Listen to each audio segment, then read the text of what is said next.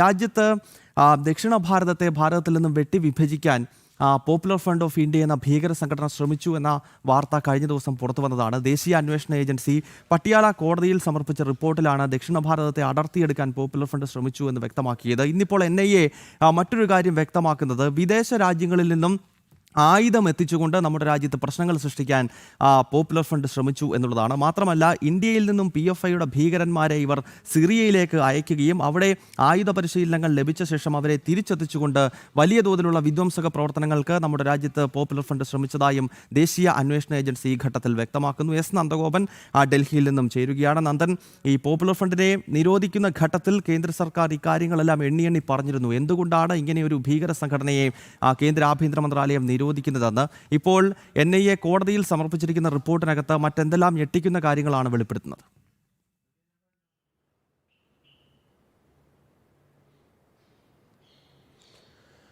Gautam, popular front of India എന്ന സംഘടന എത്രമാത്രം ഭീകരവാദം ഉൾക്കൊള്ളുന്ന സംഘടനയാണ്, എത്രമാത്രം ഭീകരർ ഉൾക്കൊള്ളുന്ന സംഘടനയാണെന്ന് വ്യക്തമാക്കുകയാണ് NIA. NIAയുടെ സ്പെഷ്യൽ പബ്ലിക് പ്രോസിക്യൂട്ടറായിട്ടുള്ള രാഹുൽ ത്യാഗിയാണ് ഇക്കാര്യങ്ങൾ വ്യക്തമാക്കിയിരിക്കുന്നത്. അദ്ദേഹം സൂചിപ്പിച്ചിരിക്കുന്നത് പ്രധാനമായും ഈ പോപ്പുലർ ഫ്രണ്ടിൻ്റെ നേതാക്കൾ VSPയുടെയും RSSൻ്റെയും ഒക്കെ തന്നെ നേതാക്കളുടെ പട്ടിക തയ്യാറാക്കിയിരുന്നു എന്നുള്ളതാണ്. മാത്രമല്ല, ഈ പോപ്പുലർ ഫ്രണ്ടുകാർ ആയുധങ്ങൾ ഭാരതത്തിലേക്ക് എത്തിക്കുവാനുള്ള ശ്രമങ്ങൾ നടത്തി. അതിനുപരി ഈ പോപ്പുലർ ഫ്രണ്ടിൻ്റെ ഏതാണ്ട് 20ഓളം പ്രവർത്തകരെ വിദേശത്തേക്ക് അയച്ച് അവർക്ക് ആയുധ പരിശീലനം നൽകുവാൻ വേണ്ടിയുള്ള ശ്രമങ്ങൾ നടത്തി എന്നുള്ളതാണ് പ്രധാനമായും ഇന്നിപ്പോൾ സൂചിപ്പിച്ചിരിക്കുന്നത്. ഇതിനൊക്കെ അപ്പുറത്തേക്ക് നേരത്തെ തന്നെ ഈ NIA എത്രമാത്രം ഭീകര സംഘടനയാണ് പോപ്പുലർ ഫ്രണ്ട് എന്നുള്ള കാര്യം നേരത്തെ പട്യാല കോടതിയിൽ വ്യക്തമാക്കിയിരുന്നു. അതായത് പോപ്പുലർ ഫ്രണ്ട് ആയുധങ്ങൾ ഉപയോഗിച്ചുകൊണ്ട് ഭാരതത്തെ ഇസ്ലാമികവൽക്കരിക്കുവാൻ വേണ്ടിയുള്ള ശ്രമങ്ങൾ നടത്തുന്ന സംഘടനയായിരുന്നു. അത്തരം ശ്രമങ്ങൾ നിരന്തരം പോപ്പുലർ ഫ്രണ്ടിൻ്റെ ഭാഗത്തുനിന്നും ഉണ്ടായിരുന്നു എന്നുള്ളതാണ്. നമുക്കറിയാം, അവിടെ അധ്യാപകൻ്റെ കൈവെട്ട് കേസടക്കം കേരളത്തിലടക്കം നിരവധി കേസുകളിൽ ഈ പോപ്പുലർ ഫ്രണ്ട് പ്രവർത്തകർ ഉൾപ്പെട്ടിരുന്നു എന്നുള്ളതാണ് യാഥാർത്ഥ്യം. ഈ പോപ്പുലർ ഫ്രണ്ടിൻ്റെ ഇത്തരം പ്രവർത്തികൾ അത് RSSൻ്റെയും അതേപോലെ തന്നെ വിശ്വ ഹിന്ദു പരിഷത്തിൻ്റെയും ഒക്കെ തന്നെ നേതാക്കളെ കൊലപ്പെടുത്തുക, അല്ലെങ്കിൽ അവരുടെ പട്ടിക തയ്യാറാക്കി അവരെ വകവരുത്തുക എന്നുള്ള ലക്ഷ്യത്തോടു കൂടിയായിരുന്നു. ഏതായാലും പോപ്പുലർ ഫ്രണ്ടിൻ്റെ പ്രധാന ലക്ഷ്യം എന്നുള്ളത് ഈ ഇപ്പോൾ സൂചിപ്പിച്ചിരിക്കുന്നത് അവരെ ഈ ഭാരതത്തെ ഇസ്ലാമിക രാഷ്ട്രമാക്കുക, അതിന് അവർ ഉപയോഗിക്കുന്ന മാർഗം എന്നുള്ളത് അക്രമമാണ്. അക്രമപാതയിലൂടെ ഭാരതത്തെ ഇസ്ലാമിക രാഷ്ട്രമാക്കുവാനുള്ള ശ്രമങ്ങളായിരുന്നു എന്നുള്ളതാണ് പ്രധാനമായും സൂചിപ്പിച്ചത്. അതിനുവേണ്ടി നിരന്തരം ക്യാമ്പുകൾ സംഘടിപ്പിച്ചിരുന്നു പോപ്പുലർ ഫ്രണ്ട്. ഭാരതത്തിൻ്റെ പല ഭാഗങ്ങളിലും, പ്രത്യേകിച്ച് ദക്ഷിണേന്ത്യ കേന്ദ്രീകരിച്ചായിരുന്നു പോപ്പുലർ ഫ്രണ്ടിൻ്റെ കൂടുതൽ സജീവമായ പ്രവർത്തനം എന്നുള്ളതാണ് സൂചിപ്പിക്കുന്നത്. ഈ ദക്ഷിണ ഭാരതത്തിൽ ഇത്തരം പ്രവർത്തനങ്ങൾ നടത്തുമ്പോൾ അതിലേക്ക് യുവാക്കളെയും യുവതികളെയും ആകർഷിക്കുവാൻ വേണ്ടി നിരവധി പദ്ധതികൾ സമൂഹ മാധ്യമങ്ങൾ വഴി ഇവർ ആവിഷ്കരിച്ചിരുന്നു എന്നുള്ളതാണ്. സമൂഹ മാധ്യമങ്ങൾ ഇത് ധാരാളമായി ഇവർ വിനിയോഗിച്ചിരുന്നു. ഇത്തരം ആശയങ്ങൾ ഉള്ളവരെ ഈ പോപ്പുലർ ഫ്രണ്ടിൻ്റെ ആശയത്തിലേക്ക് അടുപ്പിക്കുവാൻ, പോപ്പുലർ ഫ്രണ്ടിലേക്ക് അടുപ്പിക്കുവാനൊക്കെ തന്നെ സമൂഹ മാധ്യമങ്ങൾ ഇവർ വ്യാപകമായി ഉപയോഗിച്ചിരുന്നു എന്നുള്ളതാണ് പ്രധാനമായും കണ്ടെത്തിയിരിക്കുന്നത്. ഇതാണ് പട്യാല കോടതിയിലടക്കം ഈ NIAയുടെ സ്പെഷ്യൽ പബ്ലിക് പ്രോസിക്യൂട്ടർ സൂചിപ്പിച്ചിരിക്കുന്നത്. ഇതുമായി ബന്ധപ്പെട്ട കേസ് ചൊവ്വാഴ്ച പരിഗണിക്കുവാൻ വേണ്ടി മാറ്റിവെച്ചിരിക്കുകയാണ്. കൂടുതൽ വിവരങ്ങൾ സ്വാഭാവികമായും ചൊവ്വാഴ്ച നടക്കുന്ന വാദപ്രതിവാദങ്ങൾക്കിടയിൽ ഉണ്ടാകുമെന്നുള്ള കാര്യത്തിൽ തർക്കമില്ല. ഏതായാലും പോപ്പുലർ ഫ്രണ്ടിൻ്റെ പ്രവർത്തികൾ കൂടുതലും ദക്ഷിണ ഭാരതം കേന്ദ്രീകരിച്ചായിരുന്നു. പോപ്പുലർ ഫ്രണ്ട് ദക്ഷിണ ഭാരതത്തിൽ നിരവധി ക്യാമ്പുകൾ നടത്തിയിരുന്നു. ആ ക്യാമ്പുകളിലൊക്കെ തന്നെ ആയുധ പരിശീലനം ഉണ്ടായിരുന്നു. ആയുധ പരിശീലനം നടത്തിയത് എന്നുള്ളത് അത് ഭാരതത്തെ ഇസ്ലാമിക രാഷ്ട്രമാക്കുവാൻ, അതും അക്രമത്തിലൂടെ ഭാരതത്തെ ഇസ്ലാമിക രാഷ്ട്രമാക്കുവാനുള്ള ശ്രമങ്ങളുടെ ഭാഗമായിരുന്നു എന്നുള്ളതാണ്. ഇതിനുവേണ്ടി ആയുധങ്ങൾ പുറത്തുനിന്നും എത്തിക്കുവാൻ വേണ്ടി, വിദേശ രാജ്യങ്ങളിൽ നിന്നും ആയുധം എത്തിക്കുവാൻ വേണ്ടി ശ്രമിച്ചിരുന്നു. സിറിയയിൽ നിന്നും മറ്റുമാണ് ആയുധം എത്തിക്കുവാൻ വേണ്ടിയുള്ള ശ്രമങ്ങൾ ഉണ്ടായത്. മാത്രമല്ല, സിറിയയിലേക്ക് ചില പ്രവർത്തകരെ അവിടെ എത്തിച്ച്, സിറിയയിലെത്തിച്ച് ആയുധ പരിശീലനവും മറ്റും നൽകി തിരികെ ഇവിടെ എത്തിച്ച് മറ്റ് കേഡറുകൾക്ക് ഇത്തരം പരിശീലനം നൽകുവാൻ വേണ്ടിയുള്ള ശ്രമങ്ങൾ ഉണ്ടായി എന്നുള്ള തുടങ്ങിയ വ്യക്തമായ കാര്യങ്ങളാണ് NIA ഇപ്പോൾ കോടതിയിൽ വ്യക്തമാക്കിയിരിക്കുന്നത്. ഗൗതം, നന്ദൻ, അതായത് ഈ റിപ്പോർട്ടിനകത്ത് ദേശീയ അന്വേഷണ ഏജൻസി ചൂണ്ടിക്കാണിക്കുന്നൊരു കാര്യം, ഈ ഇന്ത്യയിൽ ഇവർ നിർമ്മിച്ചെടുത്ത ഭീകരശക്തികൾ, അതായത് ഇവരുടെ പരിശീലനത്തിലൂടെ ഇവർ കണ്ടെത്തിയ പല ഇസ്ലാമിക ഭീകരരും സിറിയയിലേക്ക് പോയതായി പറയുന്നുണ്ട്. അത് ആയുധ പരിശീലനത്തിനും മറ്റുമാണ് ആ സിറിയയിലേക്ക് പോയിരിക്കുന്നത് എന്ന് പറയുന്നത്. നമ്മുടെ നാട്ടിൽ ചിലരൊക്കെ പറയുന്നത് ആടിനെ മേയിക്കാനാണ് സിറിയയിൽ പോയെന്നൊക്കെയാണ്. പക്ഷേ ഇപ്പോൾ NIA ചൂണ്ടിക്കാണിക്കുന്നത് അവിടെ കൃത്യമായ ആയുധ പരിശീലനങ്ങളും മറ്റും ലഭിക്കുന്നുണ്ടായിരുന്നു.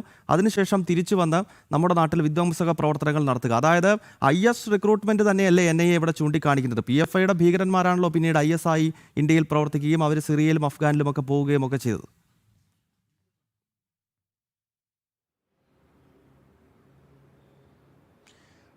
ഗൗതം, നേരത്തെ തന്നെ NIA കണ്ടെത്തിയ ഒരു വസ്തുത എന്നുള്ളത് പോപ്പുലർ ഫ്രണ്ടും അതേപോലെ തന്നെ ഈ IS ഭീകരരുമായി ISുമായി നിരന്തരം ബന്ധപ്പെട്ടിരുന്നു, നിരന്തരം ബന്ധം പുലർത്തിയിരുന്നു എന്നുള്ളതാണ്. യഥാർത്ഥത്തിൽ ISന്റെ ആശയം ഉൾക്കൊണ്ടുകൊണ്ട് അല്ലെങ്കിൽ ISന്റെ ആശയം കടമെടുത്തുകൊണ്ടാണ് കേരളത്തിലടക്കം ഈ പോപ്പുലർ ഫ്രണ്ട് പ്രവർത്തിച്ചിരുന്നത് എന്നുള്ളതാണ് പ്രധാനമായും കണ്ടെത്തിയിരിക്കുന്നത്. ഏതാണ്ട് 20ഓളം പ്രവർത്തകരെയാണ് സിറിയയിലേക്ക് അയച്ചിരുന്നത്. ആ പ്രവർത്തകർ അവിടെ ആയുധ പരിശീലനത്തിനായിരുന്നു പോയിരുന്നത് എന്നുള്ളതാണ് പ്രധാനമായും കണ്ടെത്തിയിരിക്കുന്നത്. അങ്ങനെ ആയുധ പരിശീലനം ലഭിച്ചവരെ തിരികെ ഇന്ത്യയിലേക്ക് കൊണ്ടുവന്ന് രാജ്യത്തിൻ്റെ വിവിധ ഭാഗങ്ങളിൽ ക്യാമ്പുകൾ സംഘടിപ്പിച്ച് കൂടുതൽ പേരെ ഈ ആയുധ പരിശീലനം നൽകി അവരെ സായുധ വിപ്ലവത്തിലേക്ക് നയിക്കുവാൻ വേണ്ടി അല്ലെങ്കിൽ സായുധ വിപ്ലവത്തിലേക്ക് വഴിതിരിച്ചു വിടുവാൻ വേണ്ടിയുള്ള ശ്രമങ്ങളായിരുന്നു ഈ പോപ്പുലർ ഫ്രണ്ട് ഓഫ് ഇന്ത്യയുടെ ഭാഗത്തു നിന്നും ഉണ്ടായിരുന്നത് എന്നുള്ളതാണ് പ്രധാനമായും ഇപ്പോൾ സൂചിപ്പിക്കപ്പെടുന്നത്. NIA പട്യാല കോടതിയിൽ ഇക്കാര്യങ്ങൾ വ്യക്തമാക്കിയപ്പോൾ ഈ പോപ്പുലർ ഫ്രണ്ട് ഓഫ് ഇന്ത്യ എത്രമാത്രം ഭീകരമായിട്ടാണ് അല്ലെങ്കിൽ എത്രമാത്രം ഒരു ഭീകര സംഘടനയാണ് എന്നുള്ള കാര്യം കൂടി വ്യക്തമാകുകയാണ്. ഇതിനൊക്കെ ഉപരി കൂടുതൽ സ്ത്രീകളെയും ഇതിൽ ഉൾപ്പെടുത്തുവാൻ ഇവർ ശ്രമിച്ചിരുന്നു എന്നുള്ളതാണ്. ഇത്തരം ആക്രമണങ്ങളിലേക്ക് സ്ത്രീകളെ കൂടുതലായി പ്രോത്സാഹിപ്പിക്കുന്നതിനായി പ്രത്യേക കേഡറുകളെ നിർമ്മിക്കുവാൻ വേണ്ടി ഇവർ ശ്രമങ്ങൾ നടത്തി.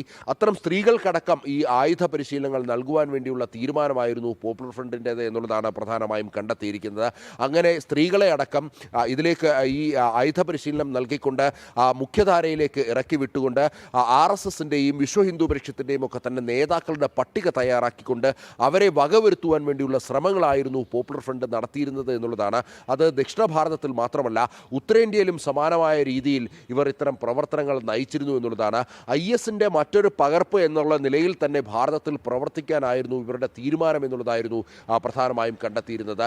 ഇതിനൊക്കെ ഉപരി ഈ ആയുധ പരിശീലനം ലഭിച്ചവർ അവരെ താഴെ തട്ടിലേക്ക് ഇറക്കിവിട്ട് അവർ ഇത്തരം പോപ്പുലർ ഫ്രണ്ടിൻ്റെ കേഡറുകൾ എന്നതിനപ്പുറത്തേക്ക് സമൂഹത്തിൻ്റെ മുഖ്യധാരയിലേക്ക് എത്തി ഒരു ന്യൂട്രലായി നിന്നുകൊണ്ട് ഇത്തരം ആൾക്കാരെ ഇതുമായി ബന്ധപ്പെട്ട് അല്ലെങ്കിൽ പോപ്പുലർ ഫ്രണ്ടിൻ്റെ ആശയങ്ങളോടും IS ആശയങ്ങളോടും യോജിക്കുന്ന തരത്തിലുള്ള ആൾക്കാരെ കണ്ടെത്തി കൂടുതലായി ഇതിലെ അംഗമാക്കുവാൻ വേണ്ടിയുള്ള ശ്രമങ്ങൾ നടത്തി എന്നുള്ളതാണ്. അതായത് താഴെ തട്ടിലേക്ക് ഈ പോപ്പുലർ ഫ്രണ്ടിൻ്റെ അല്ലെങ്കിൽ ISൻ്റെ പ്രവർത്തനങ്ങൾ വ്യാപിപ്പിക്കുവാൻ വേണ്ടിയുള്ള ഒരു ഉപാധിയായി ഒരു ചാലകശക്തിയായി മാറുകയായിരുന്നു ഭാരതത്തിൽ ഉണ്ടായിരുന്ന അല്ലെങ്കിൽ ഭാരതത്തിൽ നിരോധിക്കപ്പെട്ട പോപ്പുലർ ഫ്രണ്ട് സംഘടന എന്നുള്ളതാണ് പ്രധാനമായും ചൂണ്ടിക്കാണിക്കപ്പെടുന്നത്. ഇതിനൊക്കെ ഉപരി ഈ RSSൻ്റെയും വിശ്വ ഹിന്ദു പരിഷത്തിൻ്റെയും നേതാക്കളുടെ പട്ടിക തയ്യാറാക്കുക മാത്രമല്ല ഇവരെ വകവരുത്തുവാനുള്ള തീയതികളും സമയവും വരെ നിശ്ചയിച്ചിരുന്നു എന്നുള്ളതാണ് പ്രധാനമായും NIA കണ്ടെത്തിയിരുന്നത്. ഇതിൻ്റെയൊക്കെ തന്നെ പശ്ചാത്തലത്തിലാണ് NIAയുടെ റിപ്പോർട്ടും ഒക്കെ തന്നെ പരിഗണിച്ചുകൊണ്ടാണ് കേന്ദ്ര ആഭ്യന്തര മന്ത്രാലയം ഈ പോപ്പുലർ ഫ്രണ്ട് ഓഫ് ഇന്ത്യ എന്നുള്ള സംഘടനയെ പൂർണ്ണമായും ഭാരതത്തിൽ നിരോധിച്ചത് എന്നുള്ളത് ശ്രദ്ധേയമാണ്. അതിനൊക്കെ അപ്പുറത്തേക്ക് ഇപ്പോഴും ഇതിൻ്റെ സ്ലീപ്പർ സെല്ലുകൾ ഭാരതത്തിൻ്റെ പല ഭാഗങ്ങളിലും പ്രവർത്തിക്കുന്നു എന്നുള്ളതാണ്. ഈ പോപ്പുലർ ഫ്രണ്ടിൻ്റെ നിരോധനം ഉണ്ടായപ്പോൾ തന്നെ ഇതിൻ്റെ സ്ലീപ്പർ സെൽ പ്രവർത്തകരൊക്കെ തന്നെ മറ്റ് മുഖ്യധാര രാഷ്ട്രീയ പാർട്ടികളിലേക്ക് ചേക്കേറി എന്നുള്ളതാണ് പ്രധാനമായും കണ്ടെത്തിയിരിക്കുന്നത്.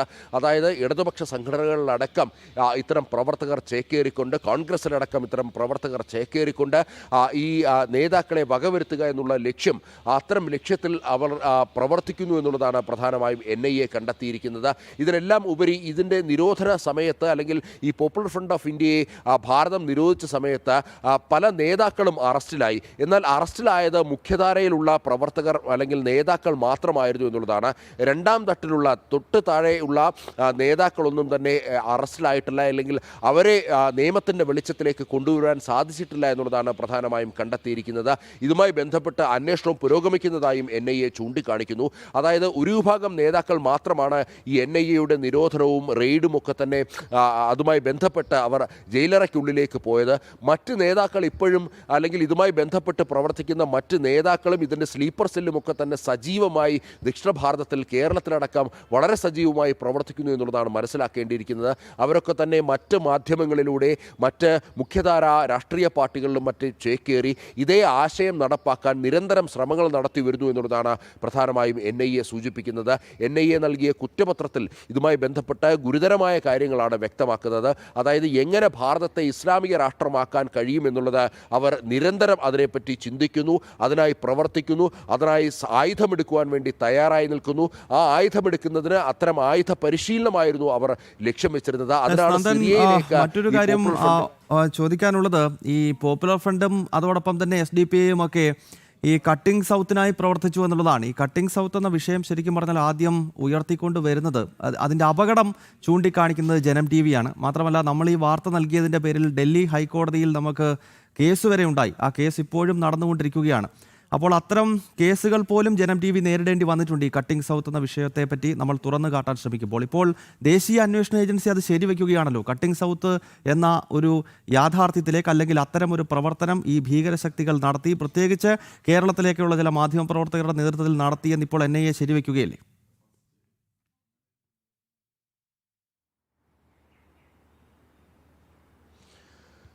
ഭാരതത്തെ രണ്ടായി വെട്ടിമുറിച്ചുകൊണ്ട് ദക്ഷിണ ഭാരതത്തെ മറ്റൊരു രാഷ്ട്രമായി പ്രഖ്യാപിക്കുക, ആ രാഷ്ട്രം ഇസ്ലാമിക രാഷ്ട്രമാക്കുക എന്നുള്ളതായിരുന്നു യഥാർത്ഥത്തിൽ പോപ്പുലർ ഫ്രണ്ടിൻ്റെ ലക്ഷ്യം. അതിനുവേണ്ടി പോപ്പുലർ ഫ്രണ്ട് മുഖ്യധാരാ മാധ്യമങ്ങളെ അടക്കം ഉപയോഗപ്പെടുത്തി എന്നുള്ളതാണ് യാഥാർത്ഥ്യം. അതായത് ഈ പോപ്പുലർ ഫ്രണ്ടിൻ്റെ പരിശീലനം ലഭിച്ച ഭീകരർ അവർ പല മേഖലകളിലേക്കും ചേക്കേറിയിട്ടുണ്ട് എന്നുള്ളത് നേരത്തെ തന്നെ റിപ്പോർട്ടുണ്ടായിരുന്നു. NIA അടക്കം, അതേപോലെ തന്നെ ഭാരതത്തിൻ്റെ രഹസ്യാന്വേഷണ വിഭാഗങ്ങളടക്കം ഇതുമായി ബന്ധപ്പെട്ട റിപ്പോർട്ടുകൾ കേന്ദ്ര ആഭ്യന്തര മന്ത്രാലയത്തിന് സമർപ്പിച്ചിരുന്നു.